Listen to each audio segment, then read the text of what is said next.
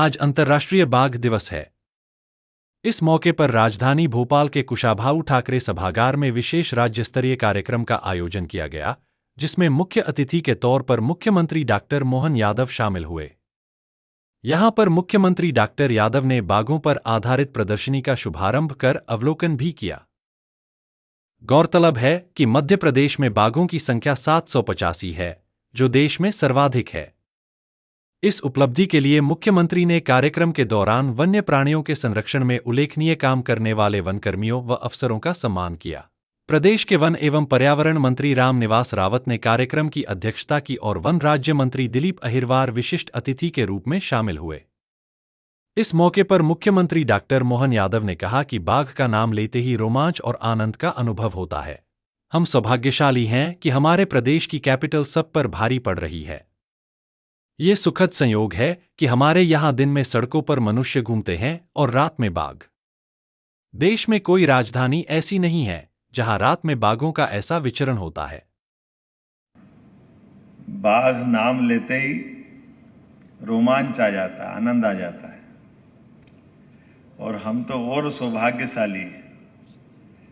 Capital और भी है, कई राज्य है, लेकिन हमारी भोपाल की कैपिटल अब सब पे भारी पड़ रही है, क्योंकि यहाँ दिन में मनुष्य घूमते सड़कों पे, रात में बाघ घूमते। कोई राजधानी ऐसी नहीं है जहाँ ये बाघों का ऐसा विचरण होता है। हम अपनी अपनी टेरिटरी में अपना अपना आनंद लेते हैं, लेकिन परमात्मा की कृपा है, बदलते दौर में ये अनुभव भी हो रहा है। वहीं मुख्यमंत्री यादव ने मीडिया से चर्चा करते हुए कहा कि कूनो में चीतों का प्रोजेक्ट सफल होने के बाद अब एशिया में चीता प्रोजेक्ट में एमपी का नाम हो गया है। सरकार जल्दी ही गांधी सागर के आसपास के जंगलों में चीता प्रोजेक्ट शुरू करने की तैयारी में है और सारे इंतजाम होने पर जल्दी ही चीते छोड़े जाएंगे। सीएम यादव ने कहा कि यहां जैसे ही फेंसिंग पूरी हो जाएगी और भोजन का प्रबंध हो जाएगा तो इस पर काम तेज होगा। इसके लेकर दक्षिण अफ्रीका से ट्राई पार्टी एग्रीमेंट हुआ है और केंद्र के निर्देशों के आधार पर एमपी सरकार काम कर रही है। सरकार धीरे धीरे इस दिशा में आगे बढ़ रही है।